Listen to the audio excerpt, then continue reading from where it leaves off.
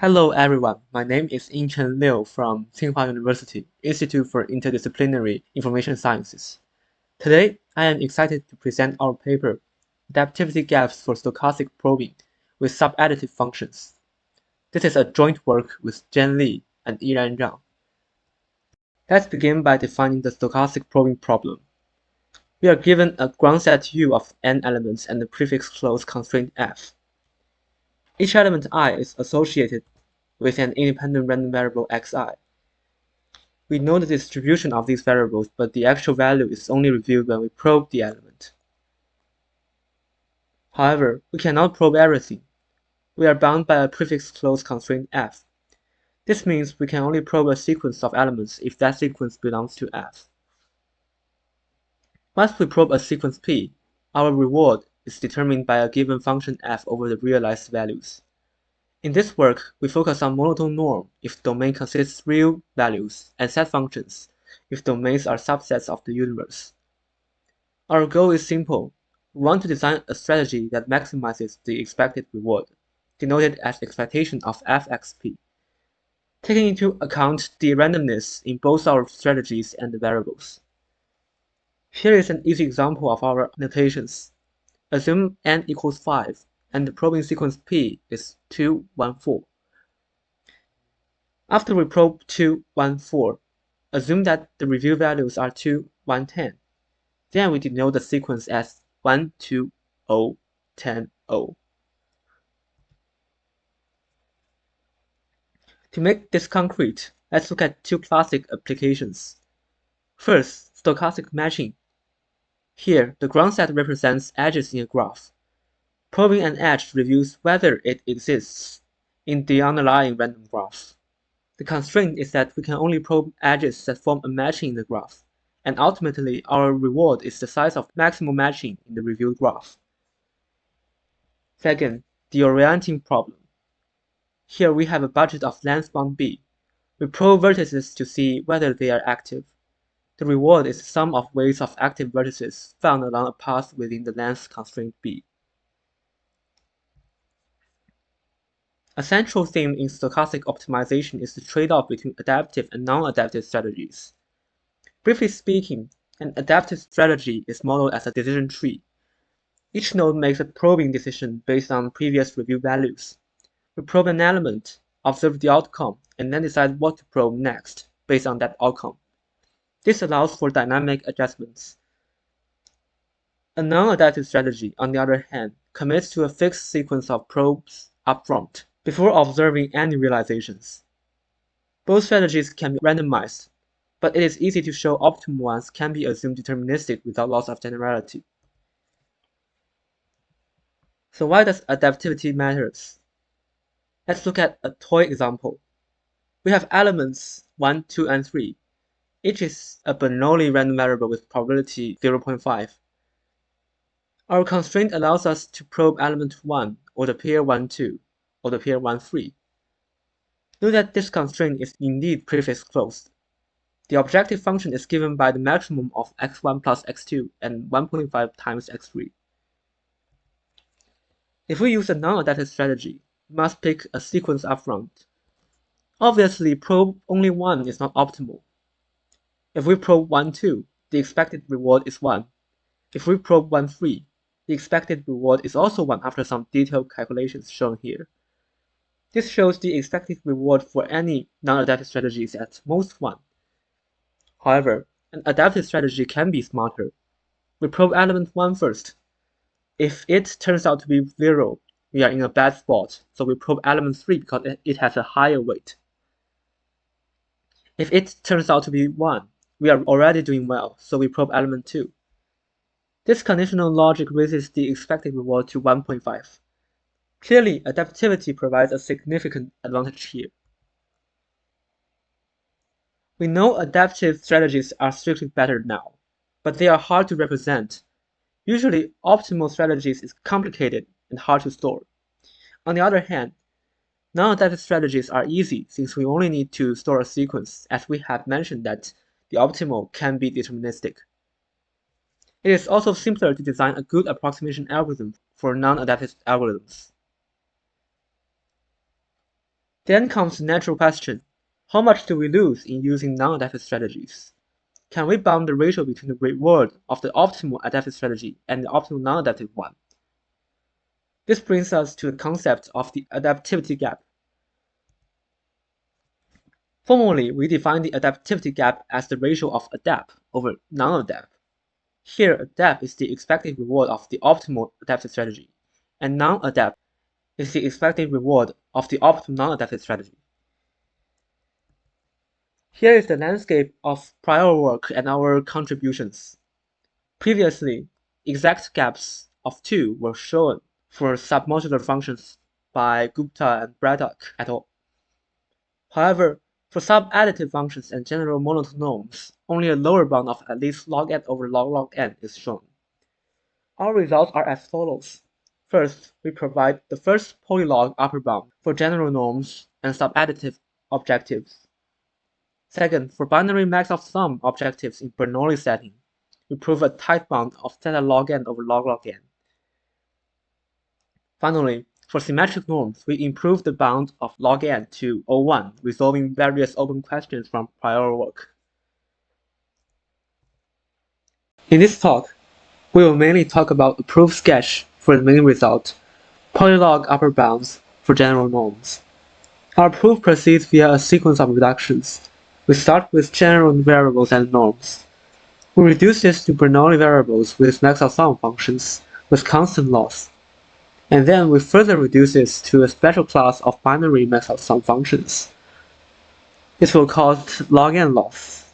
Finally, we perform the gap analysis in a rather combinatorial way. I will walk you through these steps. Step 1 is standard in this line of literature. We reduce general random variables to Bernoulli variables. We assume without loss of generality that the optimal reward is 1. We first prove large outcomes, that is, those xi whose f value is large, where fxi is the f value where xi is placed on the ith place and others are 0. If their contributions is large, say at least constant, then we can directly construct a non-adaptive algorithm with constant adaptivity gap. We also prove tiny items, since their contributions are also small by triangle inequality of norms. Then, we round values to negative powers of 2, so each xi can only have at most log n possible outcomes, making it simple to modify to a binary tree. This allows us to treat the problem as a Bernoulli stochastic probing problem where the objective is a max of sum function. Note that this is straightforward since any monotone norm restricted to a set function is exactly a max of sum function. Next, we simplify the max of sum function. Recall that a max of sum is the maximum of several additive valuations with possible weights. By further pruning and rounding ways similar to previous step, we can approximate the general max of sum function using log n binary max of sum functions. Binary max of sum functions are max of sum functions where weights are either 0 or 1. That is, additive valuations are just set predicates. This step incurs an O log n factor in the gap, but significantly simplifies the combinatorial structure we have to analyze later. Now, let's look at the structure of the adaptive strategies in Bernoulli setting, which is a binary decision tree T. Each element I in U independently has pi probability to be active. Each internal node represents an element. Each root leaf path PL then corresponds to a probing sequence, which must be feasible, that is, inside constraint F. When node V is probed, if it is active with probability P of element of V, it will follow the yes arc. Otherwise, it will follow the no arc. This induces a probability distribution pi t over its leaves. An ancestor U is an active ancestor of node V if the yes arc was taken from U to reach V. We also denote AL to be the set of active ancestors for leaf L along path PL.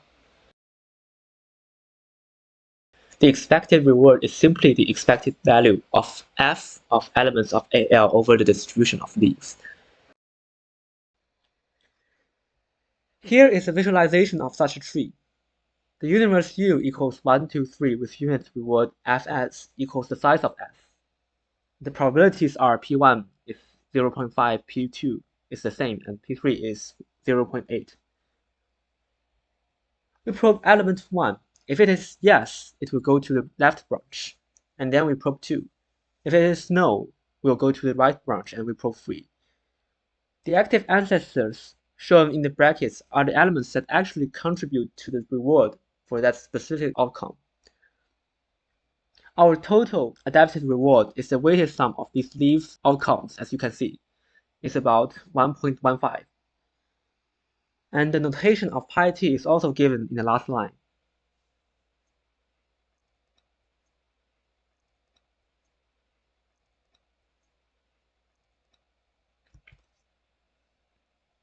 Given an optimal decision tree, how do we turn this complex tree into a simple non-adaptive path?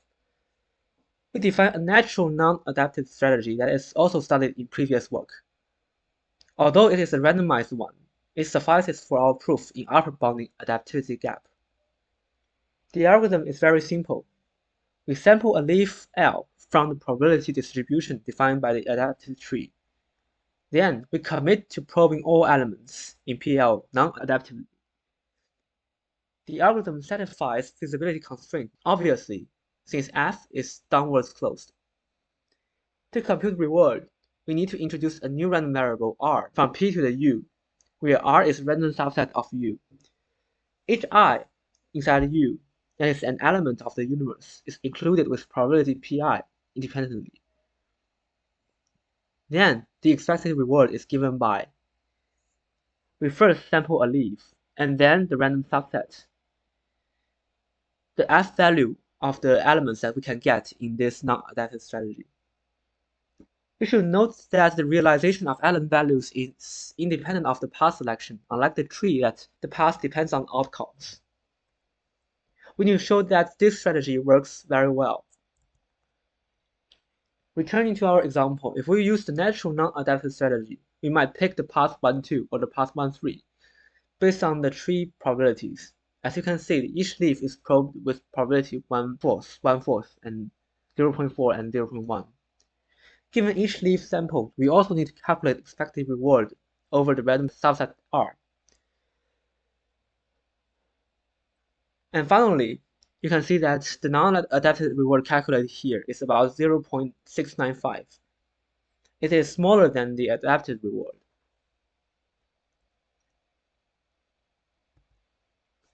Now let's go back to step 2.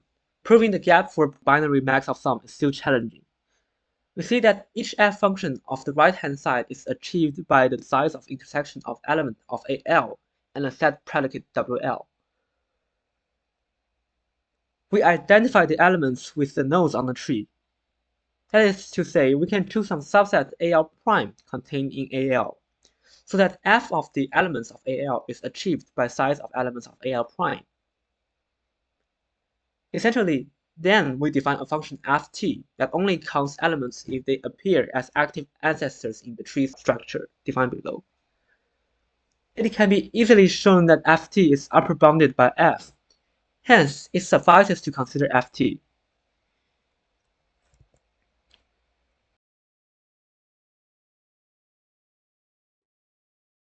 This leads us to the final analysis.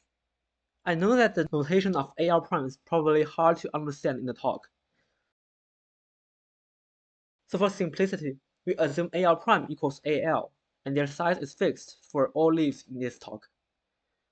We need to show that the non-adaptive strategy given before gets a comparable reward than the optimal adaptive strategy. The key idea is to look at a fixed outcome LR and try to find a better leaf. Let's call it Lmax, that captures potentially more value than the currently L. This is done via a conceptual greedy algorithm. We designed the greedy algorithm solely for the analysis. The input is a starting leaf L and the realization R. The algorithm climbs up path PL. It maintains a sequence B of active elements at any intermediate node V. we add element of V to B if the following two conditions hold. The first is that V is active in the realization R, and if V is inside an active ancestor set that contains all current elements in V. Although this line is quite tedious, it intuitively means that if we can change our maximizer to a better leaf and also increase the gain, yes, we should really append the sequence according to that maximizer. You can see that the size of the output set B gives us a lower bound on the intersection of our non-adaptive probe and the optimal target, also by the ft function of S. Visually, the algorithm starts at the bottom leaf L and moves up toward the root. In this example, it first encounters V1, append element 1 to B, and then the black node, and then V2, check that it has a good descendant leaf, append 2 to B, and then to V3. So finally, the algorithm outputs element sequence B of size 3. Now, since B is the lower bound of left-hand side, our goal shifts to prove algorithm outputs a comparably large B, with high probability over random L and R. Now comes the heart of the proof, the tail-bound lemma. Specifically, for a fixed sequence B, the probability that our non-adaptive strategy outputs B decays exponentially.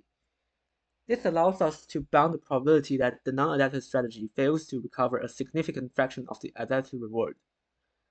Note that the factor log n comes in because for a fixed length, we can have at most n to the power number of possible different sequences of that length. So finally, using a union bound, you can get an exponential decay in the size of optimal reward.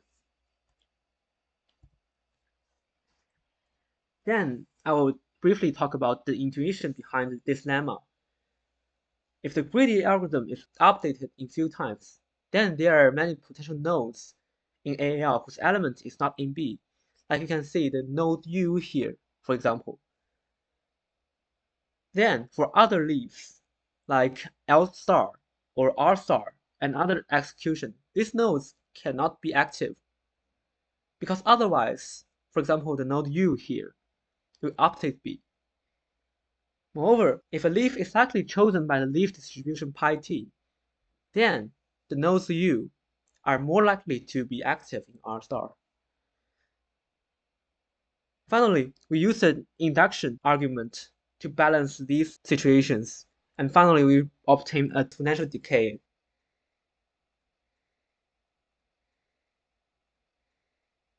Using this machinery, we obtain our main results and also other results. Theorem 2. The adaptivity gap for Bernoulli stochastic probing with binary max-of-sum objectives is theta log n over log n. Proof is simply by refining tail-bound lemma. And theorem 3. The adaptivity gap for Bernoulli stochastic probing and monotone subadditive objective is polylog n. This theorem can be directly obtained from log n approximation of subadditive set functions by max-of-sum functions. Theorem 4. The adaptivity gap for monotone symmetric norm is O1. The proof uses similar ideas of induction from tail-bound lemma. To wrap up, we established the first polylog outer bounds for general norms and subadditive objectives in stochastic probing. Regarding future directions, the first one is to close the gap. For general monotone norm, our bound is about O log squared, while the lower bound is omega log n over log n. So what is the optimal adaptivity gap for general monotone norm? The second one is that we proved the adaptivity gap for symmetric norm is about 2000. We didn't optimize the constant in our paper. The third direction is a question. Can our techniques be applied to other stochastic optimization problems? Thus the tail-bound lemma and the greedy algorithm is quite dedicated to our setting.